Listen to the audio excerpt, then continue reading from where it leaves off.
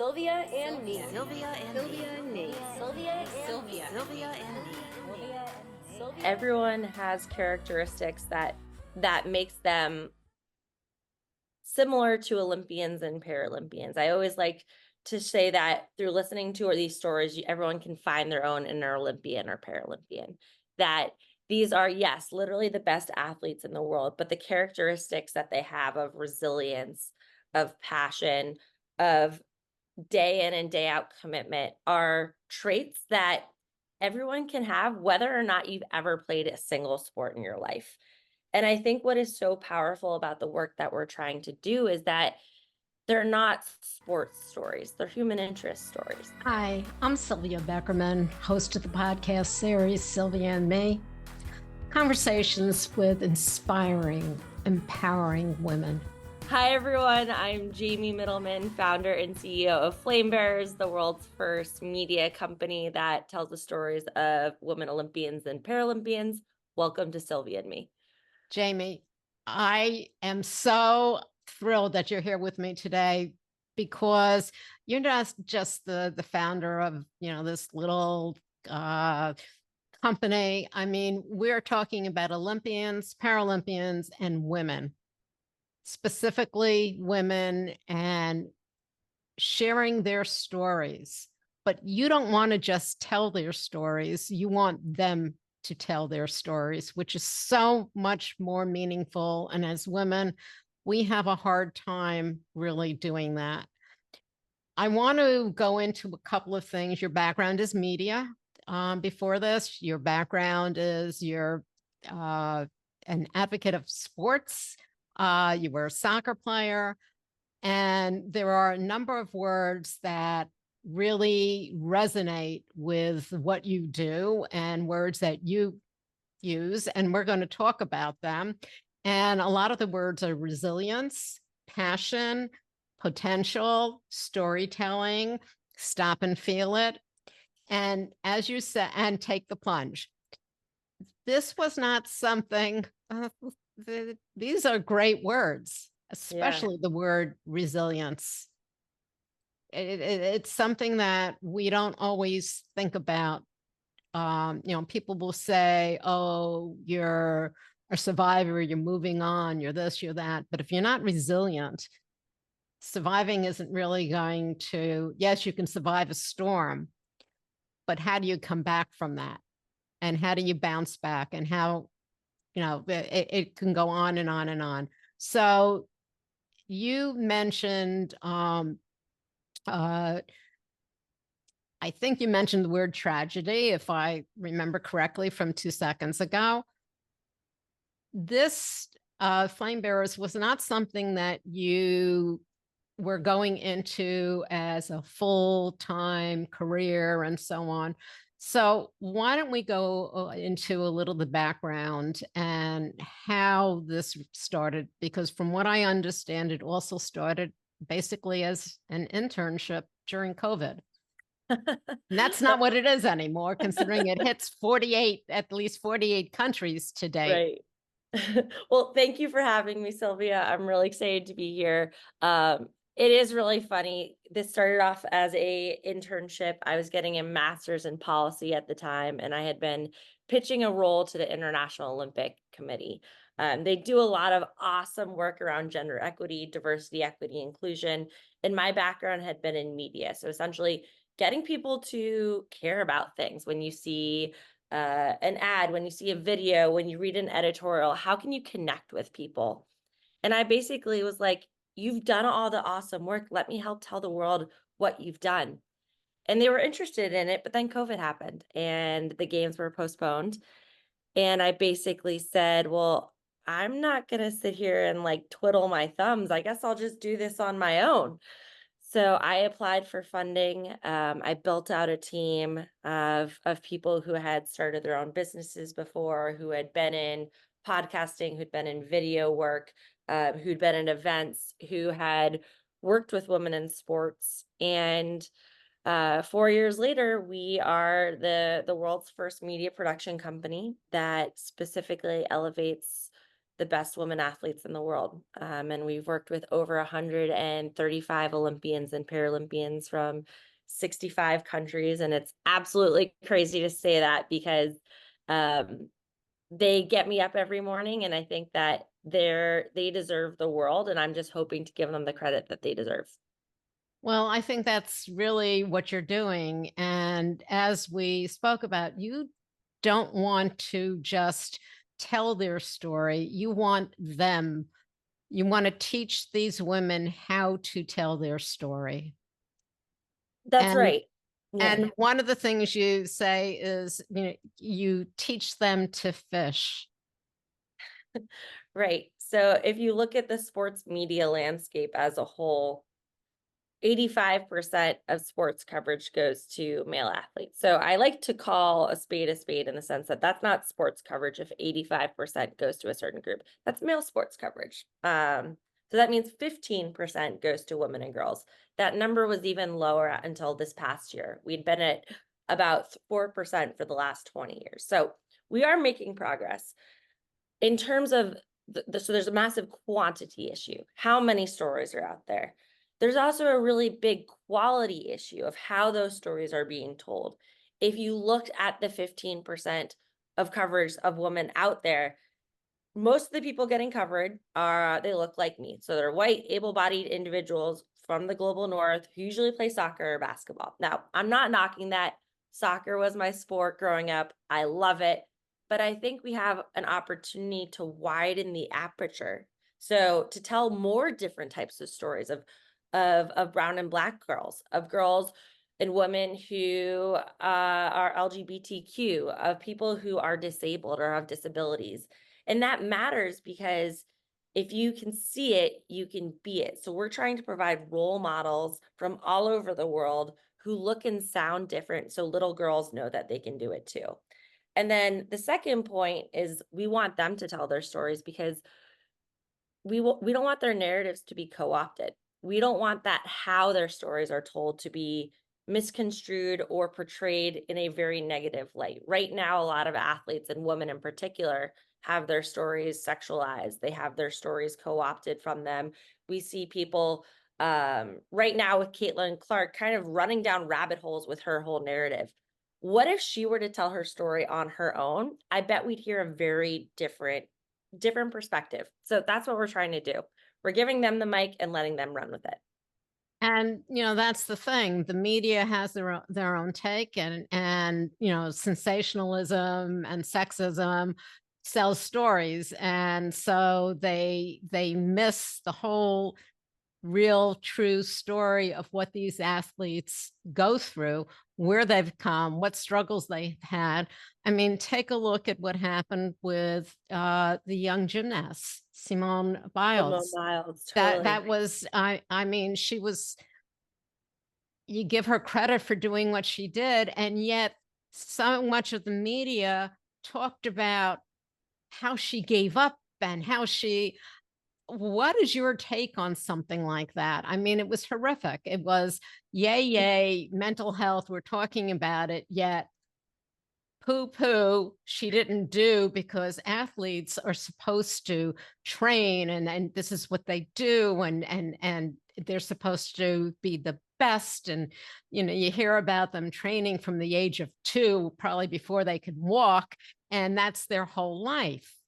Totally. I think Simone is one of the most outstanding role models we have today. I've taught every single athlete that I've talked to looks up to her because she provided the safe space for them to say, I'm not okay.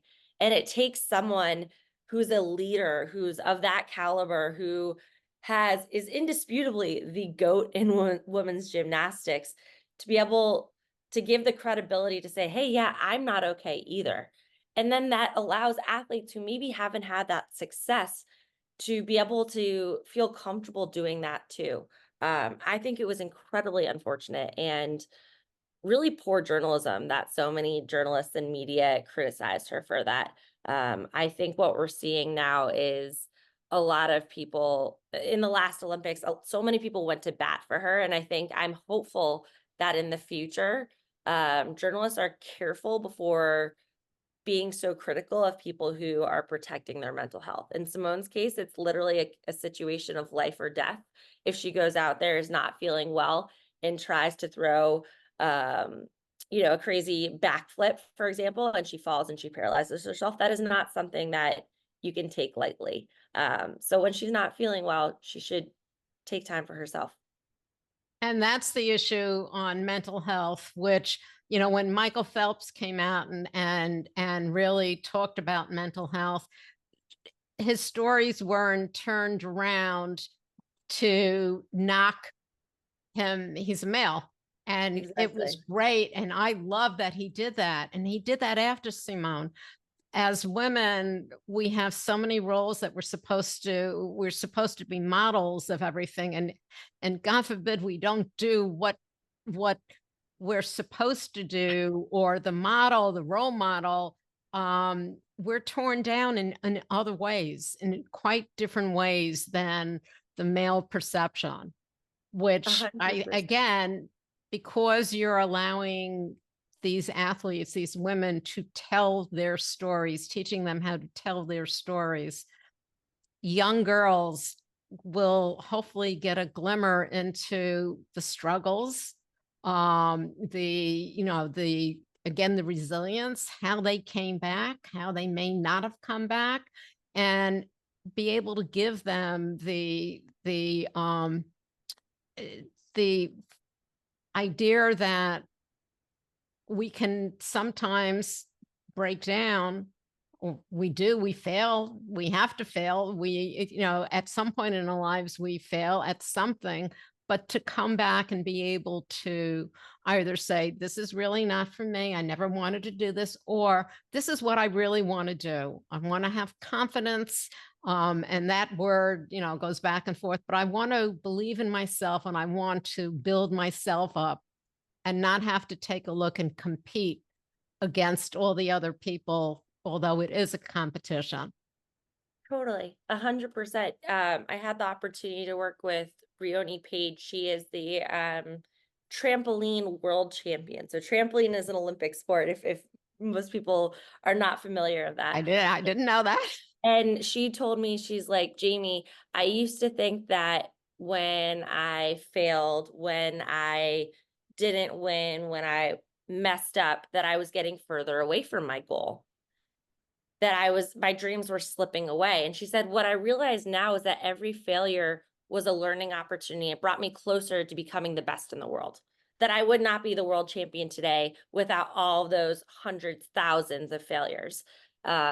And I think it's important to be open about those failures, those struggles she went through, those times when she had immense fear, because everyone has them. And that's not necessarily a step back, but it's also a step towards becoming better.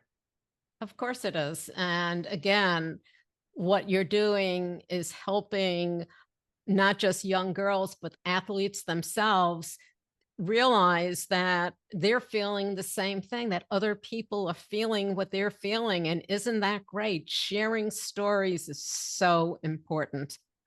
Thank you. Especially with women, with as you said, maybe 15% media coverage. It's crazy. Yes. So the other thing, yes, we talked about Simone. I also want to talk about a couple of, a lot of the other issues that women have is pay equity. Totally. So you've talked about, give me one of the women, Becky, that you spoke about on, and what Becky she's Sauerbrunn. done as far as pushing pay equity. Sure. So Becky Sauerbrunn is one of the captains of the U.S. Women's National Soccer team. She was instrumental in the pay equity lawsuit. Essentially, the women's national team was being paid less than their male counterparts, despite having the best record. So when you think of soccer in the United States, everyone's mind immediately gravitates towards the U.S. Women's National Team, not the men's team. But yet they were being paid significantly less. They were walking away with a lot less money in their individual pockets. So Becky and so many other individuals on that team had to go to bat for years just to make sure that they were receiving equal pay to their male counterparts, and successfully. So I interviewed Becky before the pay equity lawsuit went through. And today we're looking at a much different situation where there is pay equity across the teams. But unfortunately, this is something we still see in the vast majority of sports. So even though soccer within the context of the US is now in a better place, we heard about this in the WNBA in regards to Caitlin Clark's Yes. salary, and the lowest, the rookie in the NBA being paid significantly more than many of the stars in the WNBA. So, and if it's happening in something like the WNBA, best of luck to someone in a sport that is not getting coverage, like badminton, bobsled, skiing. Odds are that the pay inequity is even greater when there's less coverage. And as you said, with sports, the pay is more public and known. So we're talking pay equity in an area where the public has a better knowledge of what athletes get paid. Yeah. Whereas there are so many other fields that, people say, oh, women should be paid the same as men. But unless everyone discloses what they're making, how do you know? How do you know? Who's going to hold them accountable? No one. There's another issue because it's been brought up so much, and it has to do, I'm not going to talk about transgender, but I am going to talk about a woman who was born a woman, who is a woman, and I think you know who I'm talking about. And it's one of the most bizarre things that I've ever heard of. Caster Semenya. Did I say her name correctly? Yep. Tell me the story, because I know that she went back to court. There was a court date a couple of weeks ago. Tell us the story, because it's just, it's beyond absurd. It is absurd. First and foremost, I am the biggest Caster Semenya fan in the world. So essentially, for anyone who hasn't followed this literally decade-long saga, this is a 2-time Olympic gold medalist, 3-time world champion in the 800 meters, born a woman, identified as a woman, had never had anyone question if she was a woman her entire life in South Africa. She's muscular looking.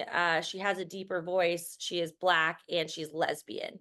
So there's a lot of things going against her already from what people, quote unquote, considered a woman should look and act like.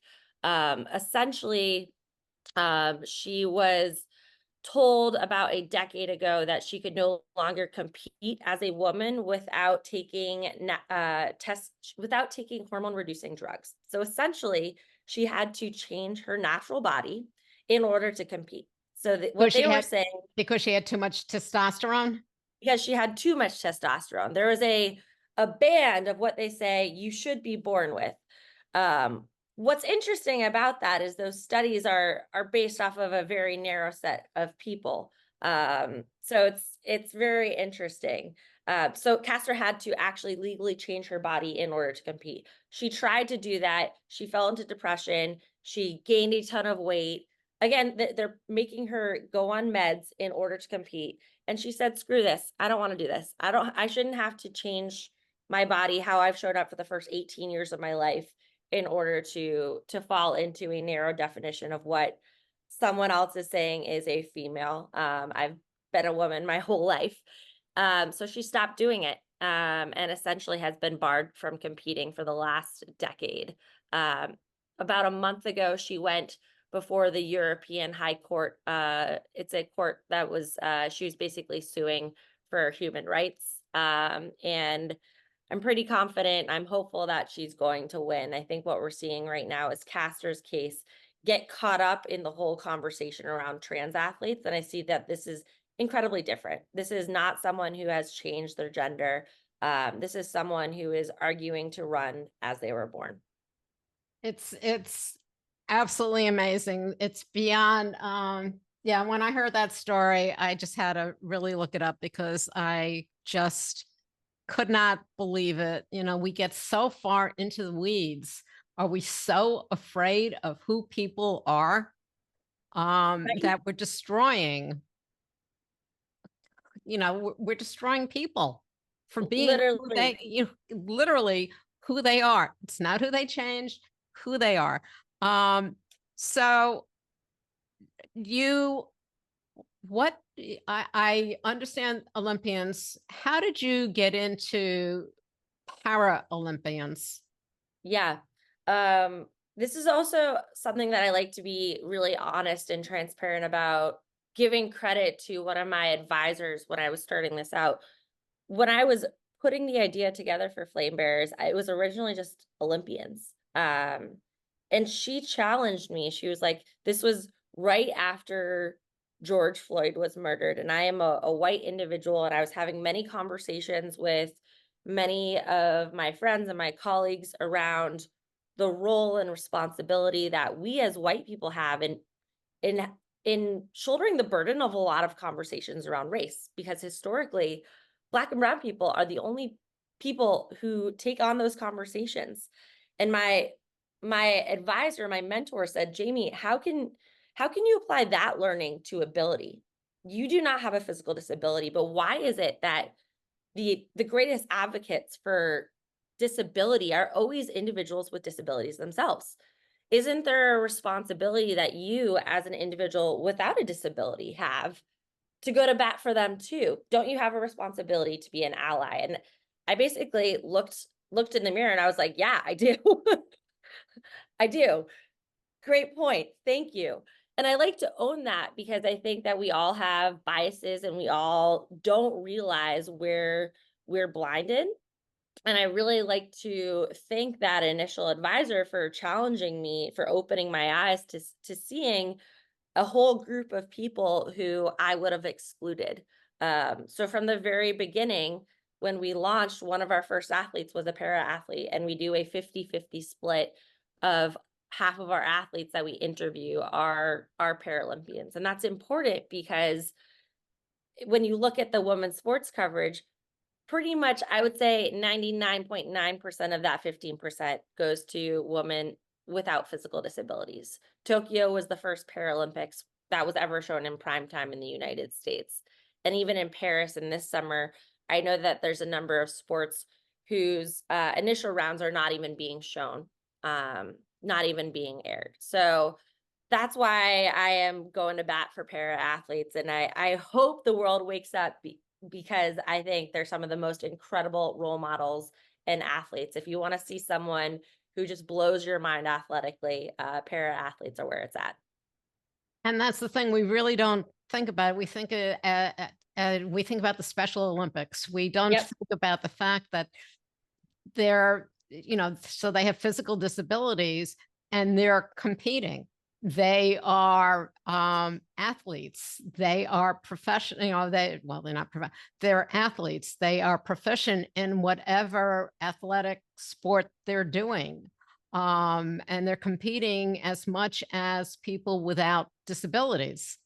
100%. And to get back to the why it matters that they're telling their own stories, right now, the vast majority paints para athletes with what I call the pity brush. They kind of trot them out as the sources of inspiration that everyone should look up to because they've overcome A, B, and C, even if that's not the narrative that the athlete feels, resonates with, wants. Many of the athletes that I've worked with don't even use the word disabled. They use other words. Yes. So it's important when we tell their stories that we're centering their voice and their experience and not overlaying our own what we want on them.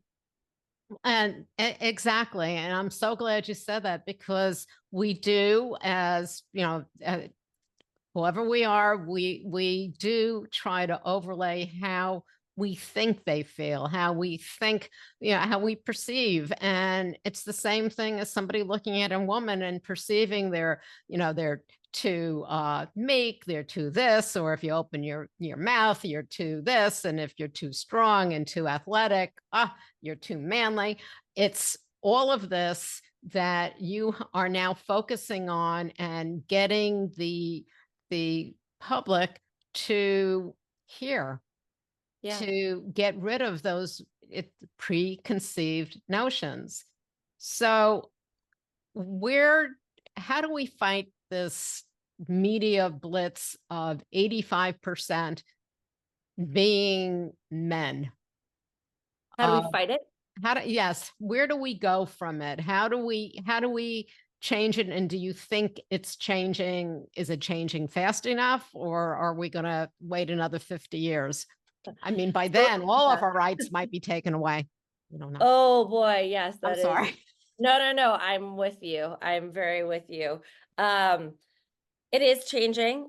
It's not changing fast enough. I mean, if it was changing fast enough, it'd be 50-50 by now. We are headed in the right direction.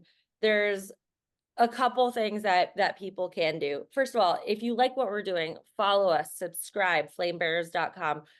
People respond directly to numbers. So corporations will see that we have a growing audience, they'll invest more in it. For people who are not in the media space but want to support women's sports, what I'd say is go to games.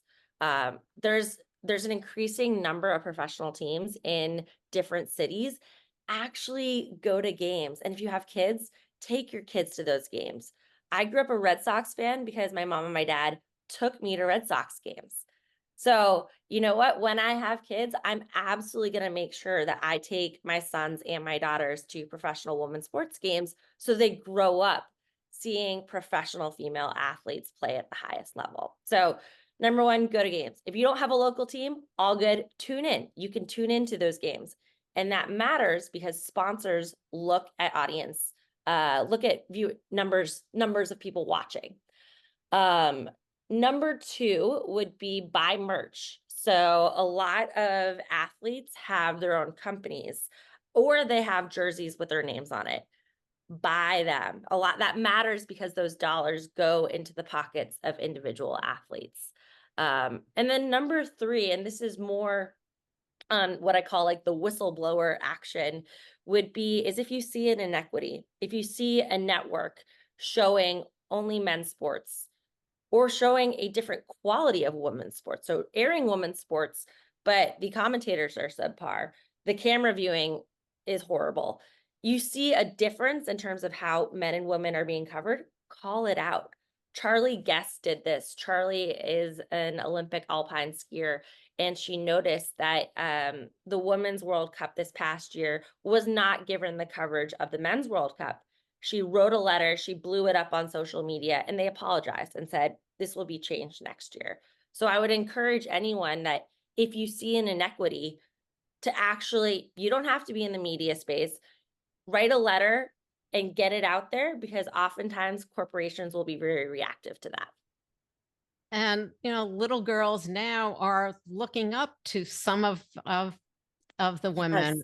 Yes. When I grew up, it was Billie Jean King playing, I forget his name, Bobby. Battle of the Sexes. Right. And, Chris Evert came in and Martina Navratilova, and it was not at all covered. It was like cutesy little coverage and look at this, they got a great, backhand. Right. A two-handed backhand.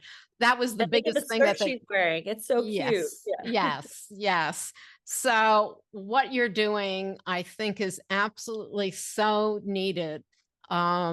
Giving these women a platform, teaching them how to use their voice, how to tell their story, and having young girls hear these stories.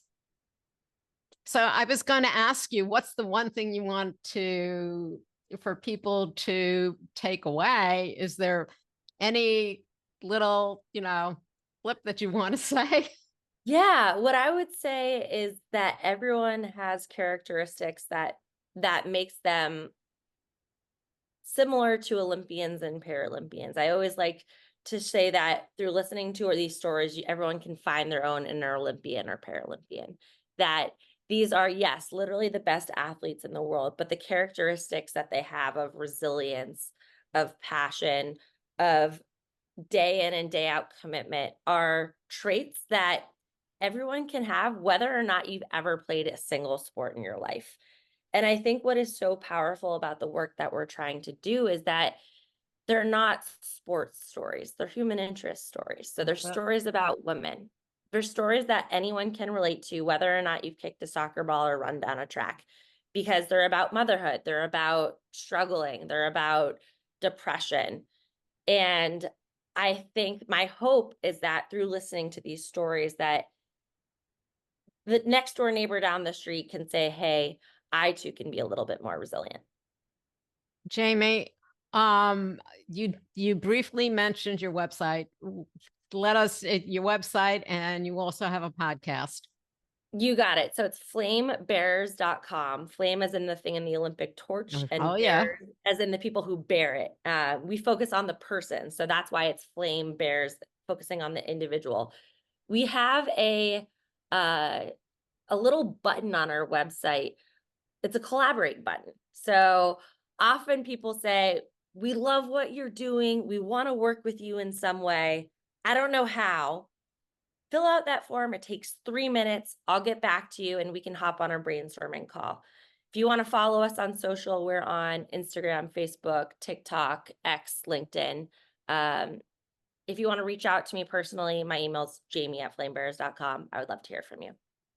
Jamie, thank you so much. This has been enlightening. And, to all the little girls who want to be athletes, this is fantastic. And to all the athletes out there, the female athletes, hey, what a great venue to be able to learn more. Yeah. Thank you very much for taking the time to be with me today. Thank you for having me, Sylvia. You can find us on all of your popular podcast platforms. And of course, our website, sylviaandme.com. Stay safe, stay healthy, and as always, stay tuned.